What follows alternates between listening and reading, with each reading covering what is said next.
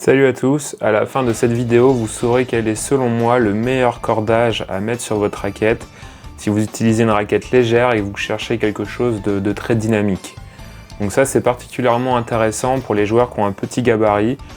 Donc même un jeune avec une très bonne technique de 11-12 ans qui est encore un petit peu frêle, ça va être super bien pour lui pour trouver plus de longueur de balle, de dynamisme et de confort. La personne qui débute, pareil, qui n'a pas encore des gestes très rapides, qui n'est pas encore très explosif, pareil, ça peut être super intéressant.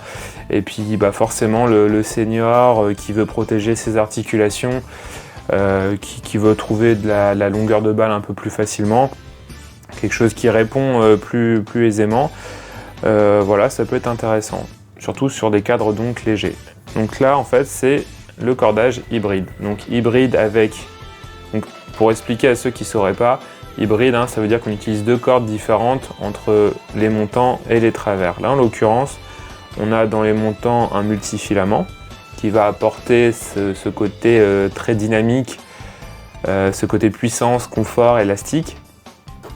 Et dans les travers, on va utiliser un monofilament qui, lui, va apporter une sorte d'accroche de balle, si vous voulez, un feeling d'accroche et de contrôle, et qui va servir à supporter le multifilament et l'empêcher de trop se déformer. Et aussi l'intérêt du monofilament comme ça, c'est qu'au moment où on va vouloir lifter, il va autoriser davantage la corde, le multifilament, à glisser.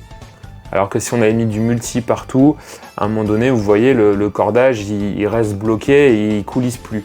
Alors que là ça coulisse bien, donc on a un effet de retour de corde qui se fait mieux, et ça aide pour le lift. Donc c'est pas un setup qui est idéal pour ceux qui liftent énormément, qui sont des joueurs assez puissants, assez agressifs, qui rentrent beaucoup dans la balle. Vous allez sans doute manquer d'accroche de balle avec ça, et ça peut sortir un petit peu en longueur. Encore que ça dépend de votre technique et votre façon de frapper, c'est-à-dire qu'au niveau professionnel, il y a plusieurs très bons joueurs qui utilisent ce genre de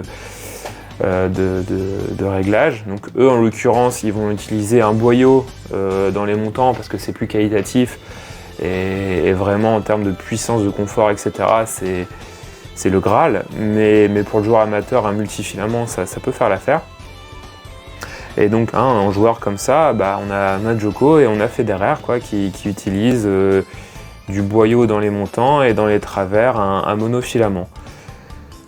Donc pourquoi pas essayer. Moi je trouve ça vraiment intéressant sur des raquettes légères, ça leur redonne vie. C'est-à-dire que si vous manquez comme ça d'un peu de peps mais que vous aimez bien votre raquette globalement, ça peut être une bonne alternative.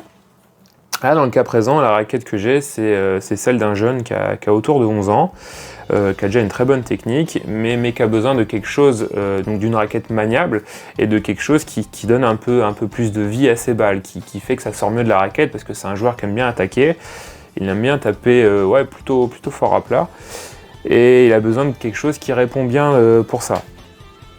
Donc là, la raquette, c'est une Aero Pro Team. De base, c'est une raquette plutôt typée lift, mais qui est finalement assez polyvalente grâce à un plan de cordage assez resserré.